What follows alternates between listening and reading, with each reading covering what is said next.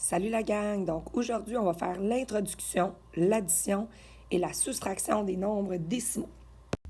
Alors commençons nos nombres décimaux, qu'on peut aussi appeler une notation décimale ou des nombres à virgule. On a deux types de nombres décimaux, ceux avec une partie décimale finie et ceux avec une partie décimale infinie. Allons faire des exemples pour voir la différence entre les deux.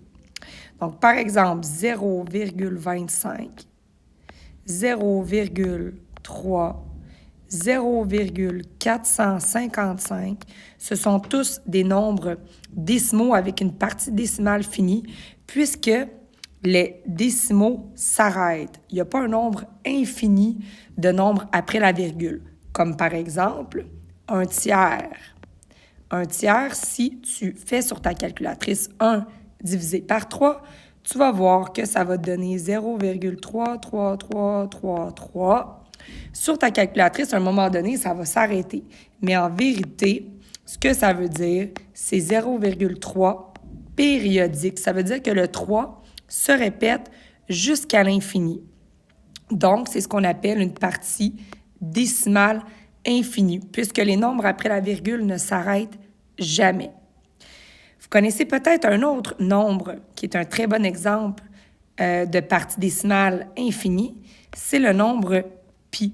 Donc, le nombre pi, c'est 3,1415 et ça se poursuit jusqu'à l'infini. Il y a des décimales qui n'arrêtent jamais. Donc, voilà la différence entre partie décimale finie, donc on a un nombre de décimales qui s'arrête, et partie décimale infinie, ça s'arrête jamais.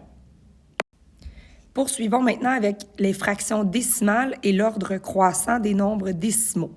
Donc, une fraction décimale, ça peut nous aider dans nos nombres décimaux. Vous allez voir tout à l'heure dans nos valeurs de position. Donc, qu'est-ce qu'une fraction décimale? C'est une fraction dont le dénominateur est 1, 10, 100, 1000, 10 000. Comme par exemple, 1 dixième, 4 centièmes, 48 sur 1000, 1 sur 10 000. Donc, ce sont toutes des fractions décimales puisque les dénominateurs sont soit 1, 10, 100, 1000, 10 000. Donc, c'est toutes des puissances de 10. Je vous donne un autre exemple. Est-ce que 4 sur 5, c'est un exemple de fraction décimale? Non, puisque le 5 n'est pas une puissance de 10. Et maintenant, terminons avec l'ordre croissant des nombres décimaux. Donc, pour les placer en ordre croissant, je vous rappelle que l'ordre croissant, c'est du plus petit au plus grand. Petit truc, moi, j'aime bien rajouter des zéros à la droite pour être sûr de comparer des nombres qui terminent tous à la même position. Donc, si j'ai 0,006 ou 6 millièmes, ici, j'ai 6 centièmes, donc on va se rajouter un petit zéro à la droite pour qu'il termine à la même position. Et ici, même chose, 6 dixièmes, et donc je vais aller mettre mes zéros à la droite. Alors ici, je compare 6 avec 60 avec 600. Donc, 6 vont être bien évidemment plus petits, 60 un petit peu plus gros et 600 plus gros. Donc, et voilà un bon petit truc pour comparer tes nombres à virgule. Poursuivons avec la valeur des positions. Fait que si on commence avec la partie entière, c'est les nombres qui sont à la gauche de la virgule. Le premier nombre à la gauche, c'est les unités. Le deuxième, les dizaines. Le troisième, les centaines. Le quatrième, les unités de mille. Ensuite, dizaines de mille. Et finalement, centaines de mille. À la droite de la virgule, on a cette fois-ci la partie décimale.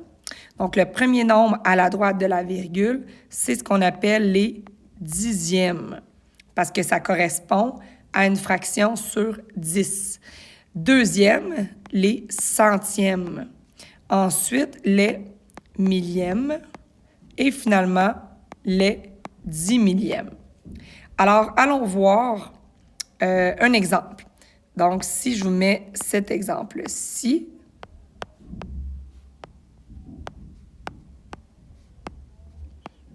on voit ici le 4 est à la position des centaines de mille, 5 à la position des dizaines de mille, 6 à la position des unités de mille, 7 à la position des centaines, 8 à la position des dizaines, 9 aux unités.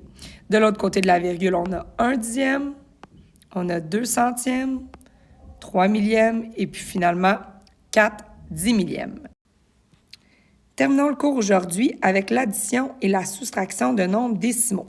On va y aller avec un premier exemple, 123 et 45 centièmes, auquel on va ajouter 67 et 8 dixièmes. Donc, lorsque tu additionnes et que tu soustrais des nombres décimaux, très important, il faut d'abord enligner les virgules et les chiffres selon leur position. Donc, les unités avec les unités, les dizaines avec les dizaines.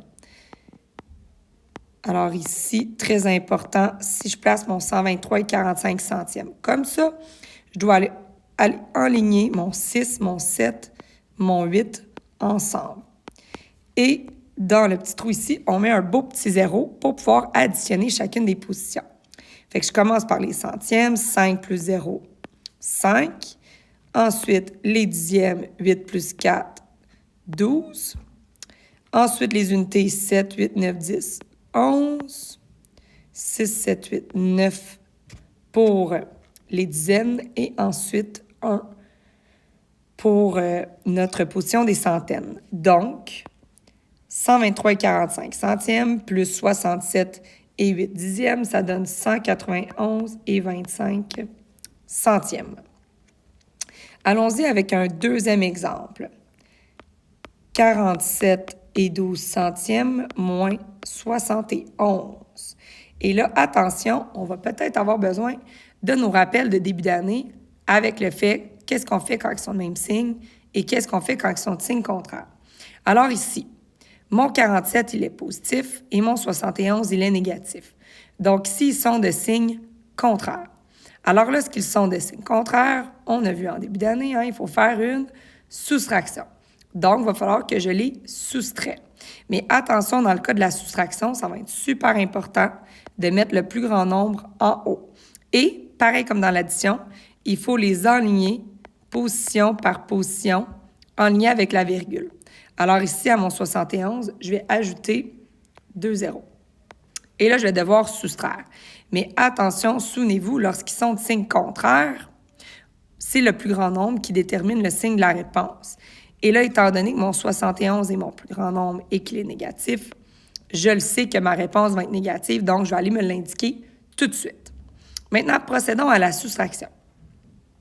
Je ne peux pas faire 0 moins 2, donc je vais aller emprunter au 0 ici à droite. Mais je ne peux pas encore, donc je dois aller ici emprunter à mon 0.